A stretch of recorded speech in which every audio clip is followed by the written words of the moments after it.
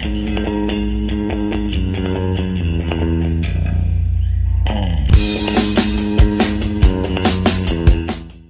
guys, Steph Davis here from flipthiswholesaler.net, where I teach you to make more money, flip more houses, and kick more ass. I am here today with a brand new Q&A Friday video for you guys, and my question this week comes from Lisa, and Lisa writes, "Hi Steph, I've been learning about wholesaling for over a year now, but just can't seem to close a deal. I've thought about putting bandit signs out, but have heard that I will get fined. I've also thought about making offers on the MLS, but the agents I've spoken to tell me that wholesaling won't work in my market because there's too much competition.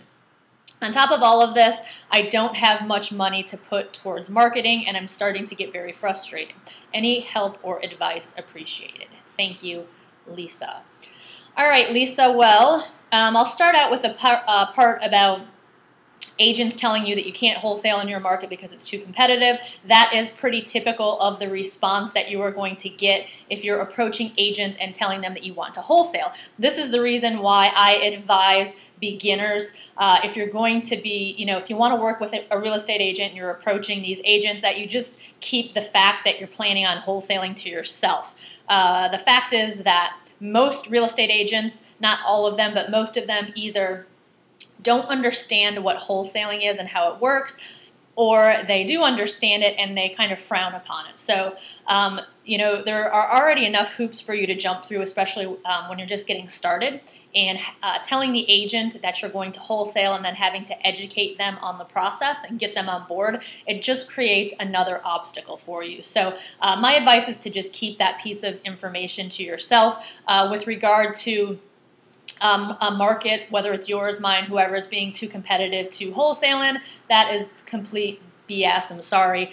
Yes, it is competitive. Yes, there are a lot of people going after deals, but if you are out there marketing consistently and making offers consistently, you're going to do deals. All right, there are always deals out there if you are, out there taking action, making offers, marketing consistently. So as far as the bandit signs go, they do work really well. You said you've heard that you can get fined. I don't know if that's just, you've heard that in general, or if you're in an area where the code enforcement is very strict about signs. I will tell you that in most areas they are not allowed. Some people put them out anyway, and the code enforcement doesn't do anything. In some areas, code enforcement will fine you. And the way that some people get around that is they get a non-traceable number, like a Google Voice number, and that's free, and put those on their signs so it can't be traced back to them. So, that's up to you. I don't want to get you into any trouble, but you might, put a batch out there, get a Google Voice number, put a batch out there and see what happens. They do work really well. I am actually getting ready to do an interview with someone. It's his first deal. I'm doing the interview later today. He made $28,000 on his first deal from a bandit sign, a call that he got off of a bandit sign. So as far as not having a lot of money to market, there are a lot of people, myself included, who when they get started, they don't have a lot of cash. You have to be willing to just do whatever it takes. I just posted a new success story last week, I think it was, or maybe it was beginning of this week, I can't remember. Someone who Michelle just closed her first deal. She made $4,000, and she had $10 into the deal. Okay, she got the lead from cold calling for sale by owner. She went to the for sale by owner website, or websites, I believe there's two of them. FSBO.com and then for sale by owner spelled out.com, and started cold calling people. Okay, that cost her nothing, cost her time.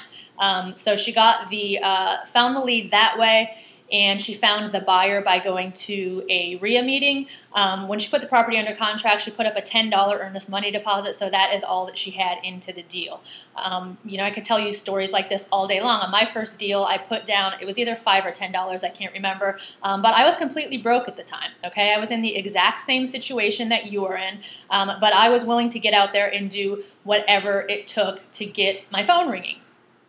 We had one success story last year where a guy who was in the same position, he didn't have a whole lot of money, and he made bandit signs out of pizza boxes. That he had, like, used pizza boxes or old pizza boxes that were in his garbage, and he wrote, cash for houses or I buy houses on a pizza box to get leads. So is it more difficult to do this if you don't have any money for marketing, or you don't have money for deposits? Yeah, absolutely. But if you are willing to get out there and hustle and take action, it is absolutely possible. So I would stop looking for reasons why it won't work.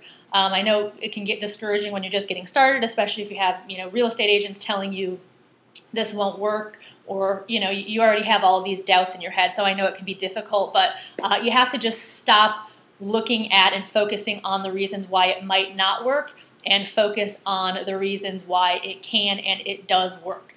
Go on, on my blog, there are a whole bunch of different success stories on there. Go listen to those interviews. I would say probably 95% of the success story interviews I've done over the last, I don't know, it's been like 3 years, have been from people who are in the exact same position that you are in. You don't have a lot of cash to get started, and they just went out there and took action. So I think that covered all of your questions. If anyone has anything that they would like to add to what I've said, feel free to leave a comment below. If you're watching this video on YouTube, I do have comments disabled, but you can go over to my blog. It's flipthiswholesaler.net, and feel free to leave a comment there.